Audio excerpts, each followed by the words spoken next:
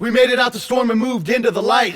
In love with life, with the sun shining bright. Doing things right, with good things in sight. Trying to stay strong and hold on with all might. I'm a hip-hop junkie, I'll never be a flunky. All I do is rock on dope beats, it's funky. Living my best life, but I know there's more to come. Used to stare at my shoes, now I'm shining in the sun. With my head held high, admiring blue skies. Had to change my outlook, cause tomorrow I could die. So I pray before bed, and I pray before I rise. Looking for the truth, so I'm not blinded by the lies. Had to cut all ties with my old way of thought.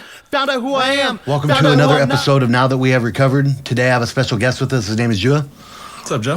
What's up, my brother? How you doing? Good. It's good to have you here, man. Thanks, brother. Thanks for inviting me, man. I really appreciate it. Yeah, definitely. Excited, nervous, but hey. Hey, man. Me too. We're just starting this thing out, so. Hell yeah. And it's great to have you here, man. We've known each other since we were kids, so it's great to see you now in recovery as well, living your best life. Hell yeah. So what I'd like to hear from you is maybe we'll jump into it, is just a little bit of background and maybe the last day or week before you got sober. Okay. So I guess it was my last day of using was November 26th, 2016. Okay. I was living in hotels with my girlfriend and my 5-year-old daughter, selling dope, running around crazy, doing drugs, selling drugs, carrying guns, and just an overall dirtbag, hurting my family, the people I loved. And I remember sitting in the bathroom of Holiday Inn in Rancho Cordova, and with the dope pipe in my hand and a gun in the other hand, and crying, praying to God, like honestly, like it all came to a head that day, and I prayed that He would help me just stop, and He did, in the form of ATF and DEA. I walked out of my hotel room the next morning, and task force hit me. Yeah. And that's where my journey began, I guess. I thank God every day for that day. He answered my prayer the best way He could, and the only right way. Like if I wouldn't have done it. You know what I mean? In all actuality, yeah, it's that's what it takes for somebody like me to stop running and gunning and running amok and hurting everybody. And I'm just super grateful for that day, Yeah, definitely. I liked it. You were able to share that with us, and also that you're seeing insight into the way that you were at that time, and sharing that with us. I hope that it helps somebody see that maybe the way they're living isn't the best. Right. So you got taken to county jail, Sacramento? Yeah, they took me to county, and they took me and my girlfriend to county, and they actually took some of my drugs and put them on her. So they took us both, gave us both cases. They gave her hers wasn't federal like mine was, and took my little baby, which I haven't seen to this day. Damn. And went to county jail, and did the first chance I got, did something I knew how to do good, was make some pruno from my other stints there, and got caught, went to the hole, and made a promise to God that I would stop, and I wouldn't try to do this again. Just help me out, blah, blah, blah, blah, blah. All these stupid promises that we make, you know what I mean? And to God. And I got out of the hole, and a week later got caught trying to make it again, and got locked down again. And I was like, okay, obviously this isn't working. And they had a 12-step program that came in, and I threw myself into it a little bit, you know what I mean? I went, you know what I mean? I sacrificed my yard to go to these meetings, and I did what I can, and I got into the Bible, and just kind of wanted to change, you know? You know what, I made this promise, you know, like I really got to sit back and think about my life, and went to federal court and got my charges, and my max was 40 years, and they were really talking about some ridiculous stuff, you know what I mean? And I was scared, you know, and then of course, I asked my lawyer, you know what I mean, like, what can I do to make the judge will look good on me, because he has my life in his hands, you know. And he was just like, just keep going to these 12-step programs, keep going to these classes. I got my GED. I signed up for college class. You know, I did all this stuff. Had people send all these character references to the judge. And I remember going to court on sentencing day. I agreed to 7 years. And I went to court, and the judge was like, I have 30 some odd character references here. And he's like, these mean absolutely nothing to me. But what does mean something to me is all these papers of this program, these pamphlets that you've been getting signed. And that means to me, like, you want to change, and you're the professor that comes into this county jail and teaches this college class sent a letter of reference to you. And he's like, those two mean something to me, so I'm going to give you the mandatory minimum 5 years. Yeah. And so that really, like, I owe the program, and I owe it to the judge, to my family. But he said, man, he's like, this is your second time, you know, like, the feds have a thing called armed career criminal, you know what I mean? It's a 20-year enhancement. And like, like, that's scary too in itself, you know what I mean? Like, so I look at it, hey man, I know what works for me, and it doesn't include drinking and using, because that's where it goes. That's where my life leads. So I just, you know, I got out, and, or actually while I was in there, I just kept on doing like the best I could as far as the sobriety and stuff, you know? Yeah. Okay. So you were shipped off to prison, and you stayed sober while you were there, and you kept going to the meetings and stuff when you were at federal prison? Yeah, like they didn't have like a H&I at that prison in Sheridan, and so a few of us got together and had a meeting. Okay. You know, and would have little meetings in the library, in the smaller library, which was like a bathroom size. You know what I mean? Like, it was in there getting recovery, huh? Yeah. And I did a drug program. I was in there. It was 9 months. The RDAP, cognitive behavioral therapy, which helped a lot. You know, just how to like work, and got counseling and stuff. Talked to my counselor a lot. Like, look, like, why do I do so good?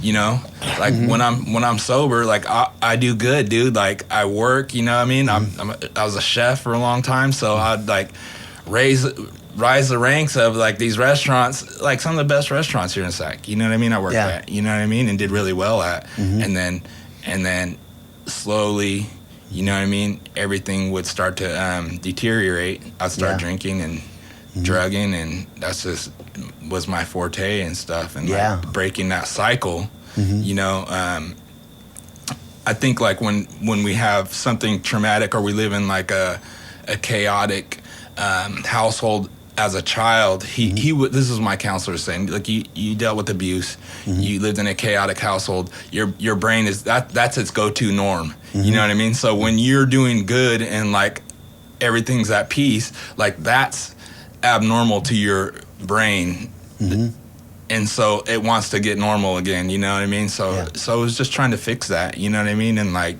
let's learn how to live again, you know what I mean? And that's tough, dude. Like I'm learning how to live life, you know?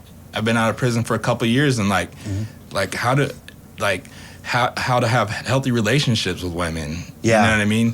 How to go have fun without drinking and, Yeah. and getting high and all these different things. It's like why didn't I do this 20-something years ago? You know what I mean? Like, yeah. But it wasn't my time, you know what I Uh-huh. mean? God had a different plan for me, you know, and I thank God every day, and like I have a beautiful relationship. So, but yeah, prison was, I had it made, you know. They found out I was a chef pretty quick, and from reading my pre-sentence report, and within a few days, it's crazy, dude. Like I got called in by my counselor, and he was like, hey, the warden wants to build this restaurant, wants to do this restaurant here, and he wants to make it like a full-on breakfast, lunch, and dinner. Do you want to help? And I was like, yeah. So did that, you know what I mean? And so like I'm in freaking prison, like eating double bacon cheeseburgers and Like the mafia. yeah, dude, like having French toast and eggs and bacon Hey, every Jula. day, dude, and like steak tacos and like you know what I mean. So it was like it was chill, and I didn't want to mess that up, and like and in there, dude, it was like, and I wasn't like max or nothing, you know what I mean. I was 38 by the time, you know what I mean. I went in, so I was lower level, you know what I mean, and they had like bottles of Hennessy and Modelo and like, you know what I mean, like real drink, you know what I mean. Yeah. And so, but after like, but I just wasn't really tempted. Like I think I was done, you know what I mean. Yeah. And, but I know like I still have to, I still have work to do, you know what I mean? Yeah. And like the program that I worked, it requires work, you know? And it's just doing things like this with you, you know what I mean? Like that helps my sobriety, you know what I mean? I'm only here for purely selfish reasons, you know what I mean? Like I'm here because I know this is going to help me remember, you know? Yeah. And you hear people say that it's like a selfless program, and things are selfless programs, but the truth is you're really getting some out of it. You're staying sober, and you're feeling better about yourself, and you're getting to keep your sobriety. Absolutely, Two people working together, they call it an altruistic plane. It's kind of what we're doing right here. Is absolutely. keeping each other sober tonight. Yeah. So when you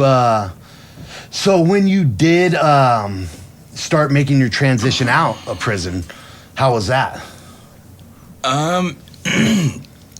It was good, you know. I had when I went to the halfway house, because you have to go to a halfway house in federal prison when you get out. You gotta go to a halfway house, and then you transition into home confinement. Yeah, and then they take the ankle monitor off, right? And you can go do whatever you want, pretty much, you know. Yeah. And when I had got out, there was a friend I had that was really like, so what are you gonna do? You know what I mean? And she was in recovery, and she really helped. You know what I mean? Like I had a crush on her, and I kind of wanted it. You know what I mean? Okay, so I was like, you know, I'm doing AA. You know what I mean? And it's crazy. It's in the middle of it was 2020. You know what I mean? It's like in the middle of pandemic. Like, what meeting are you gonna go to? You know what I mean? Or what program? Or how we're on lockdown in this halfway house with 60 people. Yeah. You know what I mean? You can't leave except to go to work. But they had this wonderful thing called Zoom. You know what I mean? I was able to log in and do all these wonderful meetings all around the world, which was pretty cool, you know. And I got my sponsor, and I did all the things that you're supposed to do, you know what I mean? Work these steps and and got a job, you know, which kind of at a shipyard actually in Alameda, and doing painting, and the electricians needed some help, and so I went over there to help them pull wire and stuff, and they liked me, and I liked it.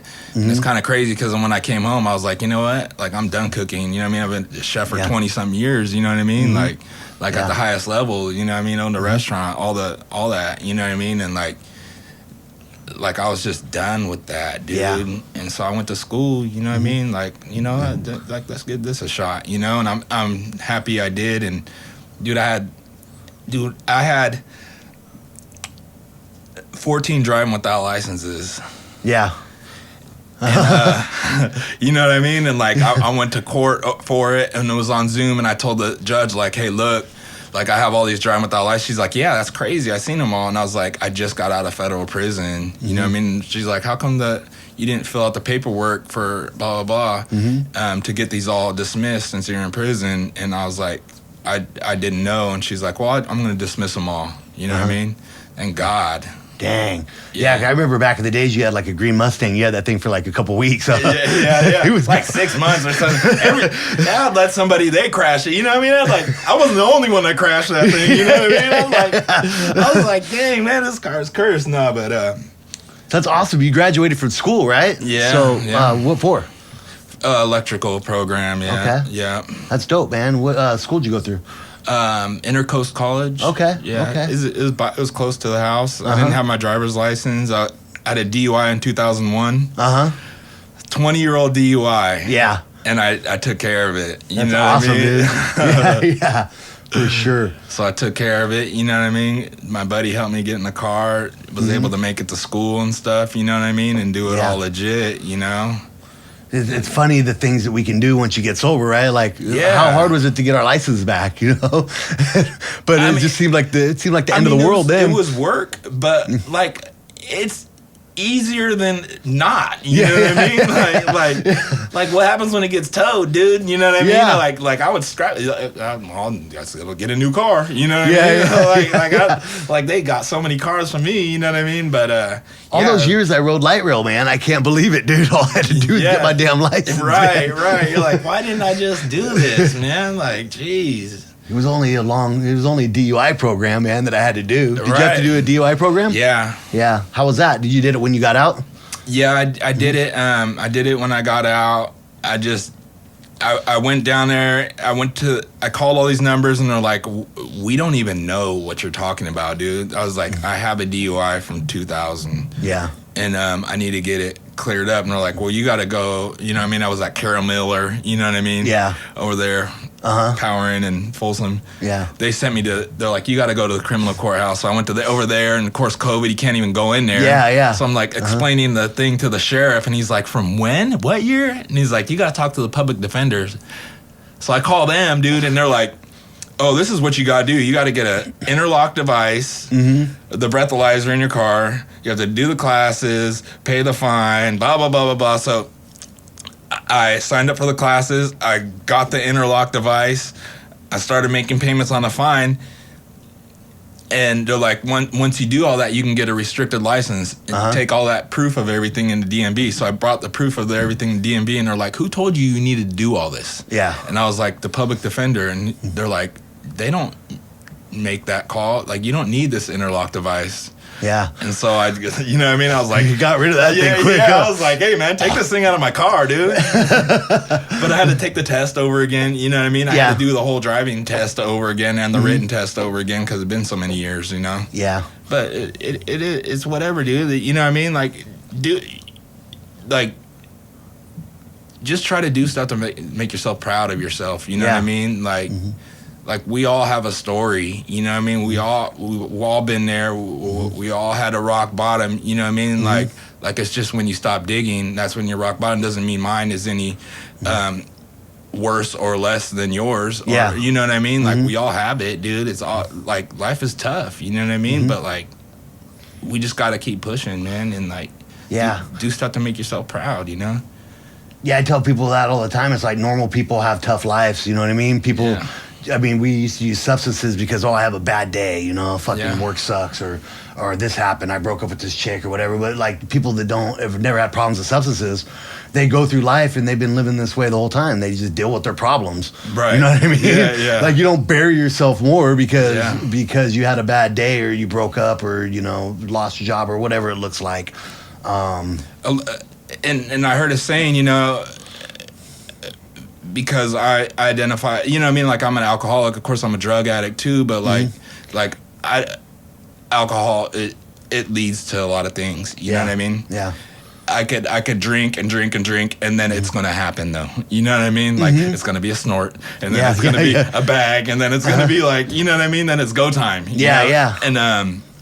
And there's a saying, you know, it's like.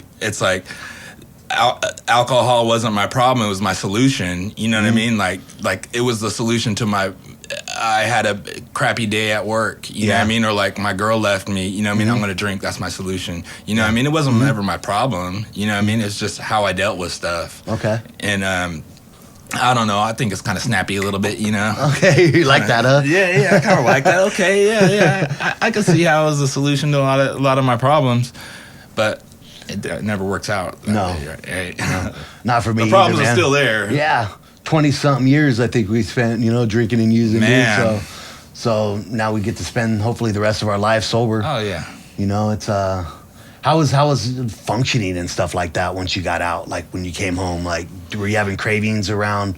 Okay, so you get out, now you're functioning in the real world. Were there times coming up where, well, man, I wish I could go back and just have a beer. I just did what was told from what I was told to do from my sponsor. You know what I mean? Like I did my work, you know what I mean?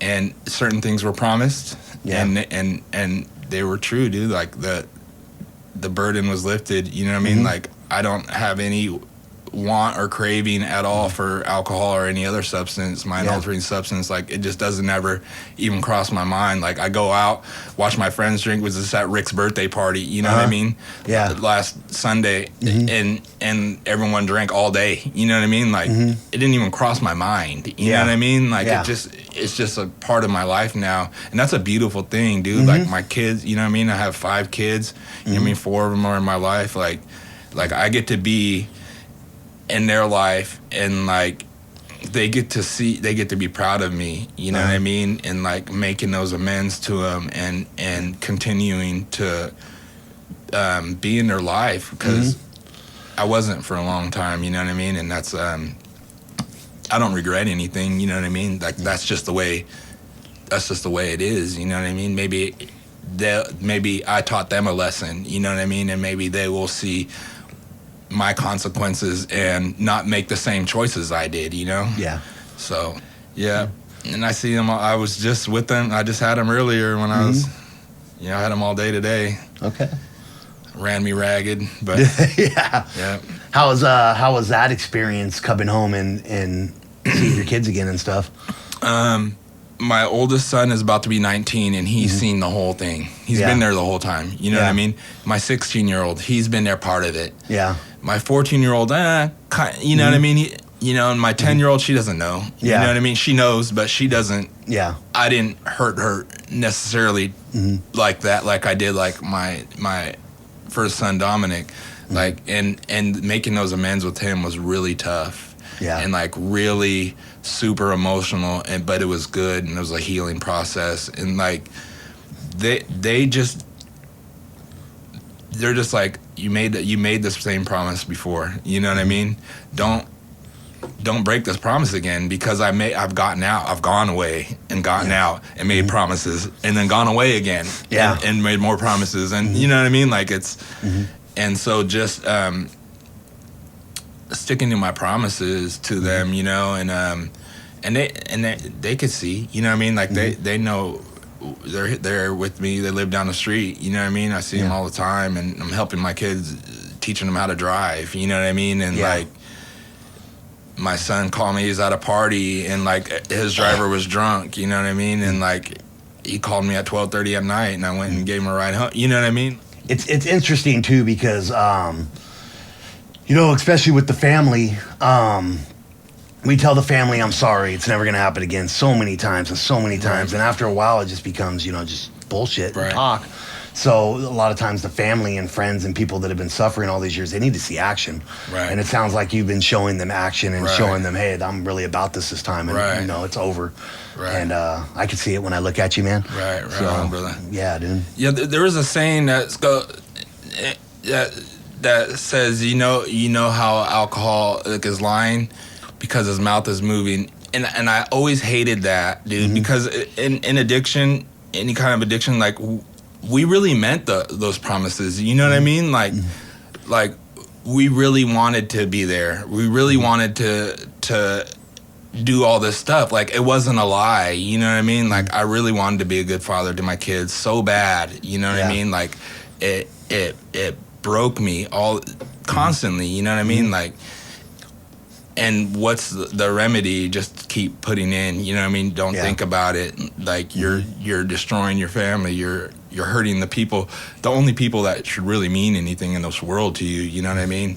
And that's our natural go-to is like, just keep using, you know what I mean? It's just easier, and a lot of times that's just what happens, dude, until you die. And unfortunately there's a lot of people dying that way, you know what I mean? And it's sad, but this fentanyl's taken off like never before, man. Dude. Yeah. A lot of people dying out there, dude. Yeah, I've gone to a funeral since I've been out. Yeah. You know what I mean? It's not a joke, Close man. friends, yeah. Some of that shit's killing people like right now, dude. Right. You know, so it lowered the life expectancy rate in the United States. That's how many. It actually lowered the life expectancy rate in the United States, like 100,000 people a year. Yeah, it's fucking That's nuts, insane, dude. It is, dude. Yeah. And it's going in everything. I can't even imagine if I was using meth now, I'd have to worry about getting fentanyl or cocaine or any of that shit, you know? Yeah. We don't know what it's in. And I feel a little bit sorry for the people that have to do drugs nowadays because you don't know that shit's in there, you know what I mean? Yeah. But not that our drugs are any better, but now people are dropping dead left and right. Yeah, I mean, that was the main thing I sold was heroin, you know what I mean? Like, I sold heroin, dude. Like, I know specific people that went home after seeing me and died, you know what I mean? And that's like something I live with, you know what I mean? And I don't even know how to make amends to their families, you know what I mean? Like that's terrible. That's like, and I don't think about it that much as I used to, but in prison, like I would stare at the ceiling, you know what I mean? Like I mean, I didn't kill the person, but like I might have been the last person they saw, you know what I mean? Yeah. And that's a terrible thing. But so now I just try to help people, you know what I mean? Like it's so hard for us to ask for help, right? You know what I mean? Especially when you're so like depressed and you feel like you're not worthy. Like that's how I was. You know what I mean? Like I can't even look at my mom right now. You know what I mean? How am I going to ask her for help? Yeah. Knowing, you know what I mean, in all actuality, that's all they want. That's all any of us really want is to help people. You know what I mean? Like, that would make my day. You know what I mean? Yeah. That would make their parent, anybody that's using right now, that'd make their parents' day. Yeah. You know what I mean? That'd be the happiest day of their life if their child came up and said, I need help. And that's hard. That's a hard thing to do. And that could be a way, you know, they talk about the living amends thing, you know, like you were saying, like, what can I do? And a lot of people find ways in helping people and doing things to make, you know, the best of the mistakes that they made. Yeah. And now they get these new lives and they spend their life helping people and giving back. And like you. Yeah. Yeah. It's awesome, man. I'm so proud of you, dude. Like, thank you, man. Like, for real. Yeah, man, I think about us as kids, dude, and it's like we didn't know no better. You know what I mean? I think the first time I smoked weed was with you, and I think it was your first time, too. I don't know, somewhere around there, you know? Right. And I was a few years older than you. Yeah, you were, dude. You got some wild stories to tell. Yeah. I was 8 years old when I started using, but who got a better, who could beat that? Where are you at? Taking bong rips. I'm not just talking about, like, when I took my first hit, like, using, like, drinking, and, like, you know what I mean? Yeah, I did. And, fuck, I didn't know what I was doing. I feel bad. I mean, I'm over it, but, I really felt bad about that. You know what I mean? And the thing is, we were both kids, you know what I mean? And shit happens. We didn't know what we were doing, man. Right. You know, and you were my big homie, and we were just kids doing what kids do. Yeah. And the way I look at it, you know what I mean? It is what it is. And I'm here now. I get this life because I started using and drinking. Could I have been a doctor or something? Maybe, you know what I mean? Right. But do I like the life that I live right now? I do. It's a good life. Right. I'm not exactly where I want to be, but I'm doing pretty damn good, you know. Right. So you're where God wants you to be. Exactly. I get to be an instrument today. Right. And so do you, man. Yeah, absolutely. So do you, and we've truly starting to turn our lives around. So I'm getting the key that we need to start wrapping this thing up. Oh. So the cue. Yeah, we made it. That was quick. Yeah, we made it. I was worried, man. I was like, oh, I'm so scared right now. So anything you want to leave us with? Man, just, you know, like, I thank God every day for what he did. You know what I mean? Like, I was so mad when I got arrested. You know what I mean? Looking at my sheet, someone told on me. I'm gonna, you know what I mean? But like I want to thank that dude. You know what I mean? Like, thank you for telling on me, bro. Like, you set something into action that gives me the best life that I've ever had right now. You know what I mean? Like, I don't make money. You know what I mean? Like, I'm poor. You know what I mean? But like, I have a great life and a great family relationships with people I love. You know, I mean, and just ask for help, dude. You know what I mean? Yeah. Thank you, man. And I'm sure this episode's going to help people, dude. And I appreciate you coming out here and sharing your experience with us and brother. your strength and hope. And always great to see you, man. It's been a while, dude. Man. I love you, brother. Thank you. Love you, too.